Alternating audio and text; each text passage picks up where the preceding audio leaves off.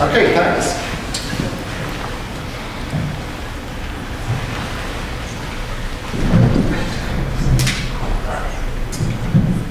Okay, so if you've taken an introductory logic class, as some of you may have, but others may not have, you may be told that the laws or rules of logic are worth studying because we ought to structure our beliefs in accordance with them, or we ought to reason in accordance with them. So, for example, logic tells us that the proposition that all dogs are animals, plus the proposition that Callie, Mark's new cute dog, is a dog, entails that Callie is an animal. So you might think, if you believe that all dogs are animals, and you believe that Callie is a dog, then you ought, in some sense at least, to believe that Callie is an animal. And it seems it would be irrational of you to believe that all dogs are animals and that Callie is a dog, but yet not to believe, even after reflection, that Callie is an animal. And it definitely seems that it would be irrational of you to have the following set of beliefs. That all dogs are animals, that Callie is a dog, but that Callie is not. It seems like it would be irrational for you to have that set of beliefs, and that set of beliefs is inconsistent because they couldn't all be true. In fact, you might even think that belief sets that don't obey the laws of logic are not just irrational, but actually, in many cases, borderline unintelligible.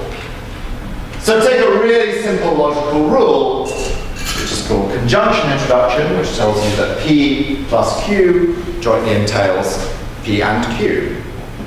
So if you have P, if you have Q, then you can infer P and Q. But the following statement seems almost impossible to make sense of. So imagine someone who violated conjunction introduction. So they said, I believe that the game starts at 8 p.m., and I believe that the opponent is Virginia Tech, but the claim that the game starts at 8 p.m. and the opponent is Virginia Tech, I take no view on that. I just ask, what does that mean? What could it mean to believe one thing and to believe the other thing, but not to believe the two of them together? So it's not fully clear what it even means to believe the individual claims without believing the conjunction, the two claims put together. Yet despite all of this, I'm going to try and persuade you that in certain cases it can be rational to have sets of beliefs that violate logical laws or rules, even ones as simple as conjunction introduction. That rule that just put those two beliefs together. If I'm right about the cases that I'm going to introduce you to, then it can't be right that whenever you believe P and you believe Q, you're rationally required to believe P and Q put together. In fact, I think you're sometimes rationally required not to believe the conjunctions of your beliefs. And I think you can even have positively inconsistent beliefs rationally. So you can even have beliefs that couldn't all be true at the same time, and that can be rational. So here's the kind of case. It's a famous kind of case. I didn't come up with it. It's called the preface paradox. So let me tell you a little story about a writer, Bella, and her history book. So suppose that there's this academic historian who's working on a book of history, an intellectual book of history. And in that book, she makes a lot of claims about various different historical events that have occurred, about the causes of those historical events, about what led to what. And each of those claims is meticulously researched. She's thought very carefully about each one of them. She's surveyed a lot of historical evidence, a lot of documents, a lot of data.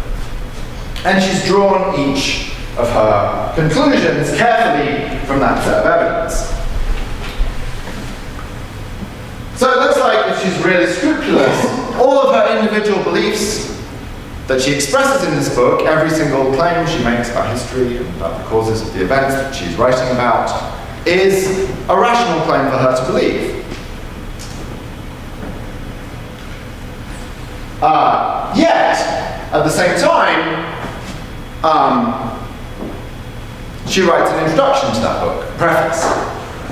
And in that preface, she says something that academics often say in prefaces to their books, which is, thank you very much to Professor so-and-so and Professor so-and-so for their help with this book. The errors that no doubt remain in this book are my fault alone. They're only due to me. Okay, so in the preface she's asserted, it seems like, that there's an error somewhere in her book. So somewhere in the book, there's probably a claim that's not accurate. Okay. So, she seems to rationally believe each one of the individual claims in the book. But she also seems to rationally believe that at least one of the claims is false. So in this introduction she said, there is probably an error, or maybe she says, there are errors, no doubt there are errors.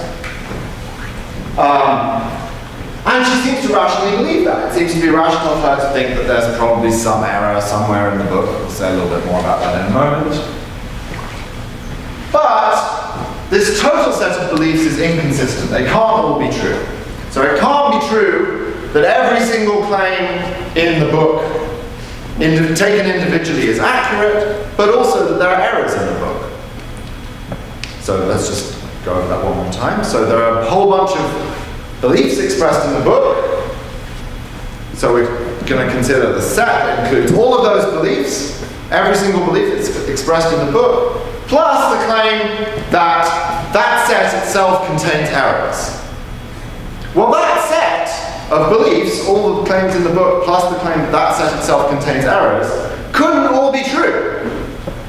Why couldn't it all be true? Because if every single claim in the book was true, then it wouldn't be true that there were errors in the book. Right, so that set of beliefs, each claim in the body of the book plus the preface claim that there are errors in the book, is inconsistent. So it seems that Bella's set of beliefs is inconsistent. But Bella doesn't seem to be irrational. We've just said each of the individual claims in the book seem rational, and the claim that there's an error probably somewhere in the book also seems rational. Okay, so if we want to challenge this, we're either going to have to show why it isn't the case that each of the claims in her book is rational, or we're going to have to show that she isn't in fact rational to believe that at least one of them is false. So first, are all of her beliefs, her individual beliefs, really rational? So you might say something like this. You might say, well, surely most authors aren't perfectly rational. Bella probably made some irrational claim somewhere in the book. That explains why she's rational to believe that she made an error somewhere. So she's only rational to say this thing in the preface, that she's probably made errors, because she's probably expressed some irrational belief in the book. And so at least one of the claims is probably not rational. But let's now distinguish two different reasons for Bella to worry that she's made an error somewhere. So remember, what she says in the preface isn't that one of her beliefs is irrational, it's that at least one of the beliefs is probably an error, that it's probably false.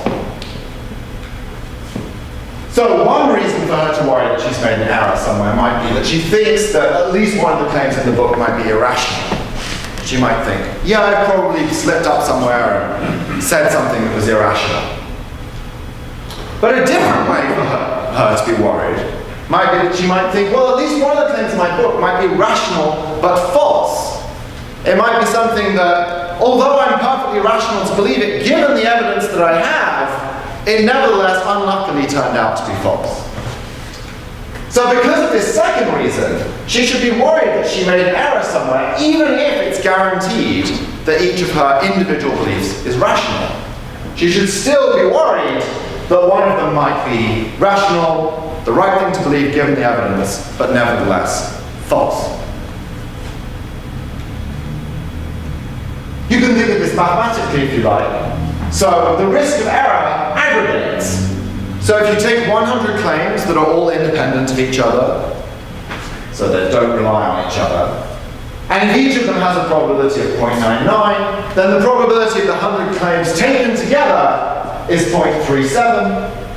If you do it for 1,000 claims, it's 0.00004. Okay? So if you take a bunch of individual claims that are each very, very probable, that are each rational to believe on their own, and put them together, eventually it's going to get pretty unlikely that all of them are true. right? So that's why each of the beliefs could be rational, and yet you could still think, well, probably at least one of them is false. That's going to be able to happen as long as the probability of the individual beliefs is less than 1.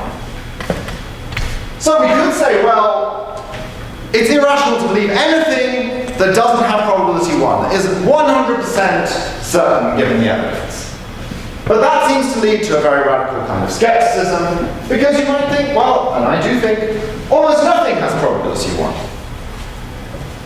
Think of betting behavior. There's almost nothing that you would bet on at any odds whatsoever, which is what you should do if it has probability 1. So if you had that view, nearly all beliefs would be irrational, and that's a kind of skepticism. Okay, so this way of thinking about it mathematically puts pressure on the idea that we can safely reason repeatedly in accordance with conjunction introduction. Because as we add more and more beliefs, so we take P and Q, and then we make it P and Q, and then we take another belief R, and make it P and Q and R, each time we add a belief, the probability of the conjunction gets slightly lower until it's pretty low overall. Okay, the second thing that I said we needed to check to make sure that this really is a case of believing inconsistently but rationally is that Bella really is rational to believe that she's made an error. So I've just argued that she is rational to believe each of the individual things in the book, or at least might be, that that's something that we can stipulate about her case, that's something we can say, this is part of the description of the case. But now, you might think, well, okay, is she really rational to say the thing she says in the preface, which is that she's probably made an error somewhere, or that she has to be actually, made an error somewhere. Well, we've kind of already seen one reason to think why she's rational to think that she's made an error. Because if we set the case up right, the probability that she's made an error is very high. Right? We just saw that back on the last page. If there are 1,000 claims in the book, the chance they're all true, if each one has probability 0.99, is 0.00004. That makes it very, very probable that there's an error somewhere. There are a couple of other ways we can bring out why it makes sense for her to believe that she's made an error. So compare her attitude to her own book to the attitude that she would take towards a different author's book. Perhaps one that's even more scrupulous than hers. There she doesn't herself believe every claim in the book, she hasn't investigated them all. But still, surely she would be right to think, well, there's probably an error somewhere in this book. It's an incredibly long book, lots of claims, it's probably got at least one false claim in it.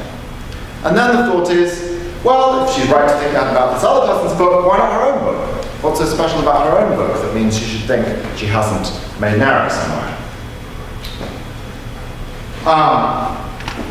And finally, we can suppose that Bella has lots of evidence that every prior history book has turned out to have errors, that every single other work of history up to this point has turned out to have something wrong somewhere or other, and it would be very arrogant of her to think that her book was the first book ever not to contain such an error. Even imagine that there's a prize for writing a book that contains no errors whatsoever. So then, if she thinks her book contains no errors whatsoever, she should be expecting to get that prize, she should be planning on what she's going to do with the money from the prize and so on, but that doesn't seem right. Okay, so finally you might ask, well, yeah, okay, fine, that's kind of interesting, but isn't this just a contrived, unusual case? Well, first, even if it was, it would still be a counterexample to the claim that it's always irrational to be inconsistent. But in fact, I suspect that you are all in something not so unlike Bella's position. So consider this. You have a bunch of beliefs. Taken individually, you believe each one of them, right? You have to, otherwise they're not your beliefs. But do you believe you're right about everything you believe? That would be pretty arrogant. To think, well, yeah, I've got everything right. Nothing I believe is a mistake. I haven't gone wrong anywhere at all. Yet this set of beliefs, just in the same way as Bella's, forms an inconsistent set. To say, well, each individual belief, that's correct, but taken together, there's a mistake somewhere. That's an inconsistent set of beliefs. So actually this kind of structure occurs all the time, and it occurs when we think about whether we should be humble about our own beliefs. So here are just some final thoughts to conclude. First, you might think, all of this this shows that we shouldn't think of belief as an all or nothing kind of phenomenon. We should think of it as coming in degrees. Philosophers and economists sometimes call this credence. And we should reason with those degrees of belief, not with all or nothing belief. So instead of thinking, I believe this, we should think, yeah, I've got a probability estimate of 0.99 in this, and we should just work with those degrees of belief, 0.99, and then the problem will go away. One question, do we actually do this in our practice? Is that how we reason? Could it be how we reason? But secondly, what then becomes the rules of deductive logic? We started with this idea that you've been told in logic class that you should reason according to the rules of deductive logic. But the rules of deductive logic don't tell you how to reason with probabilities. They tell you how to reason with individual propositions that you may or may not believe. And so that isn't an answer that vindicates deductive logic, it's an answer that gives up on the idea that deductive logic has some special place in our reasoning. Final thing, if we want to hang on to all or nothing belief, so if we want to say there really is this thing all or nothing belief that's different from just credence or probability estimates, but we also want to say that we shouldn't always reason in accordance with the rules of deductive logic, so we shouldn't always reason in accord with conjunction introduction for the sorts of reasons that I've given, because the risk of error aggregates as we add more and more things.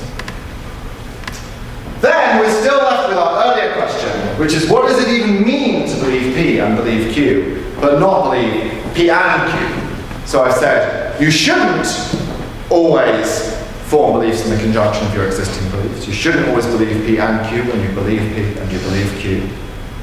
But what does that mean? What is it to believe P and believe Q, but not to believe P and Q? What is it to believe that the game starts at 8 and that it's against Virginia Tech, but not to believe that it starts at 8 and is against Virginia Tech? All right?